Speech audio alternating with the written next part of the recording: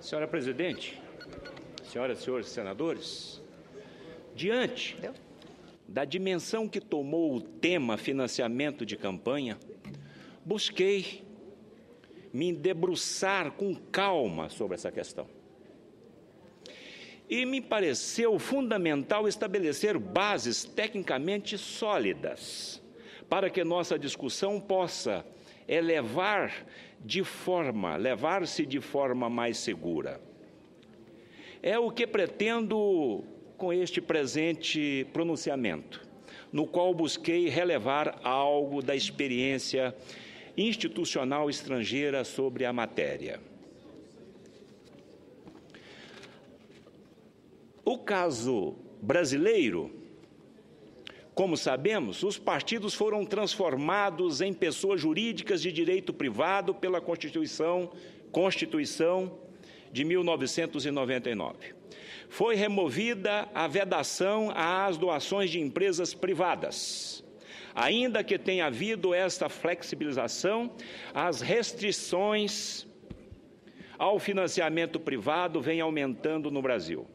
Em 1950, foram vedadas doações estrangeiras e de empresas de economia mista e concessionárias de serviços públicos. Em 1971, foram vedadas contribuições sindicais. Em 2006, as doações de entidades beneficentes religiosas, entidades esportivas que recebiam recursos públicos, ONGs que recebam recursos públicos e organização da sociedade civil e de interesse público. Em 2008, doações de sociedades cooperativas de qualquer grau ou natureza e os cartórios de serviços notariais e de registro. A experiência estrangeira, sempre tendo como referência 115 democracias ao redor de todo o mundo, temos o seguinte quadro: doações de instituições ou governos estrangeiros. São permitidas por 64% dos países, entre eles Austrália, Áustria, Canadá, Chile, Dinamarca e Finlândia. As contribuições oriundas de sindicatos são vedadas em apenas 14,8% dos casos, sendo livre, por exemplo, na Bélgica, na Bolívia, República Tcheca, Hungria, México, entre outros. Quanto às contribuições anônimas, temos que são livres em quase 60% dos casos, como no Paraguai, Islândia, Nova Zelândia, Suécia, Suíça, entre outros. No Brasil, são vedadas e, nos Estados Unidos, contribuições anônimas são admitidas desde que não excedam o valor de $50. Com relação à doação por empresas privadas, temos que são vedadas em apenas 22 países dos 115 investigados, ou seja, em 19,10%, o caso, por exemplo, de Portugal, Bolívia e Bélgica, Hungria e México. Quando essas empresas têm contrato com o governo, o quadro se altera levemente.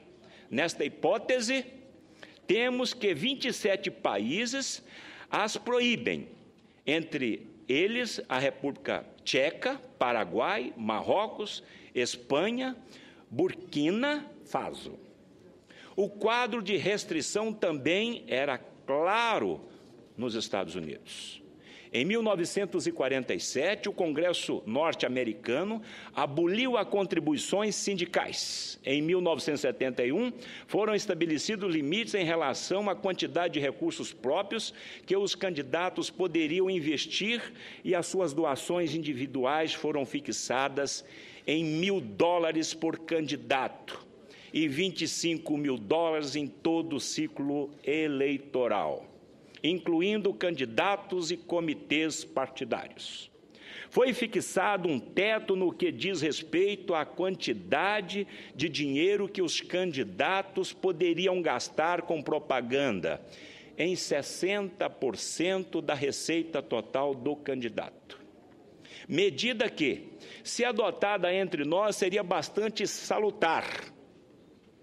Como se pode observar, os Estados Unidos vinham em uma espiral de regulação das fontes privadas de financiamento da política. Contudo, esse processo foi radicalmente interrompido pela Suprema Corte em 2010. A Corte revogou vários dispositivos que foram incorporados das diferentes emendas feitas à Lei Federal das Eleições. Esta, portanto, revogada a tradicional restrição à contribuição de empresas privadas às eleições norte-americanas. Nesse ponto, senhora presidente, recorrerá, a essas informações ora prestada a nível mundial. A partir desses dados, senhora presidente, o que é possível concluir do estudo comparativo é que não se pode estabelecer uma equação entre civilização e um tipo definido de relação entre política e dinheiro. Nem sempre há altos graus de controle público sobre essa relação. Deram origem a desenhos institucionais eficazes e probos. O que parece valer para todos os casos é o aumento vertiginoso do custo das campanhas na sociedade de massa. O crescimento da população, o aumento da quantidade de televisores, o modo de fazer campanha, no qual os assessores de imagens e especialistas em produção se convertem em fatores decisivos para chegar aos eleitores. São todos fatores que elevam o custo das eleições em todos os países. Isso é verdade em relação ao caso brasileiro. Só na era PT, que Deus nos ajude, que estejamos próximo do fim, entre 2002 e 2012, o montante total dos gastos declarado com a campanha eleitoral subiu de 798 milhões de reais para 4,6 bilhões de reais. Isto sem contar o famoso Caixa 2, que o Lula disse que era normal. Então, isso aqui pode multiplicar por 2 no mínimo. Um crescimento de 471% contra uma inflação que no período somou 78%. Em termos comparativos, o Brasil gasta 0,89% do PIB no financiamento eleitoral, enquanto os Estados Unidos gastam apenas 0,3%. Senador Cassol. Notem, senhores e senhoras senadoras, o Brasil gasta 0,89% do PIB, só com o sistema de financiamento. Certamente essa cifra vai aumentar muito com financiamento exclusivo público. Imagine um absurdo, mais de 1% do PIB, ano sim, ano não, espertados no contribuinte sem retorno algum. Esse dinheiro, é bom que se diga, vira mandato, não vira estrada, não vira hospital, não vira escola. Portanto, a correção dos problemas do financiamento das eleições tem como condição sine qua non uma correção do sistema eleitoral que torna as eleições mais baratas. Não é socialmente aceitável que se esse custo seja subtraído ao esforço produtivo dos brasileiros. E certamente é de uma ingenuidade criminosa imaginar que virá esse montante dessa envergadura do setor privado a fundo perdido. E eu disse isso aqui várias vezes. Enquanto não forem estabelecidas restrições aos gastos de campanha, em particular em relação ao marketing, pesquisa de opinião e consultorias políticas, duas medidas adotadas nos Estados Unidos há décadas, o eleitoral é equilibrado.